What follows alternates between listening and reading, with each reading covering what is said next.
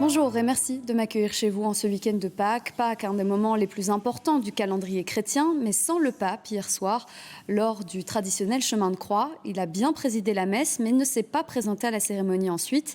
Ce n'est pas la première fois, mais faut-il s'inquiéter pour la santé du pape François? Les explications avec Anne Pollard. Réunis devant le Colisée, les fidèles n'attendent plus que lui. Mais le pape François ne viendra pas participer au chemin de croix. On retire même son fauteuil quelques secondes à peine avant le début de la cérémonie.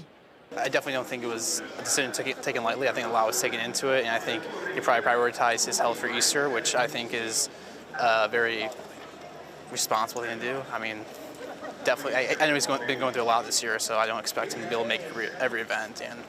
Car les derniers jours ont été chargés dans le cadre de la Semaine Sainte, principal temps fort du calendrier catholique, avec des messes, des cérémonies. Ici, il lève les pieds de détenus dans une prison de Rome. À 87 ans, le pape se déplace désormais en chaise roulante et se fait remplacer pour la lecture de certains discours. Il est fatigué, il n'a qu'un seul poumon depuis déjà de nombreuses années. Et donc à chaque fois qu'il est pris du côté des bronches, comme on dit, voilà, il se préserve et il sait que tout doucement, ça devient difficile. Bon, il a manifestement toute sa tête, il n'y a vraiment aucune hésitation là-dessus, mais la fatigue peut devenir trop grande.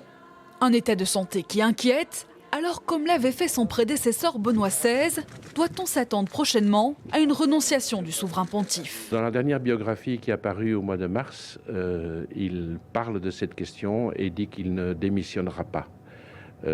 Par ailleurs, on sait aussi qu'il a déjà dit dans d'autres interviews bien antérieures que le jour de son élection, il avait déjà écrit sa lettre de démission. Mais je pense qu'aujourd'hui, il est dans l'idée de continuer jusqu'au bout sa mission.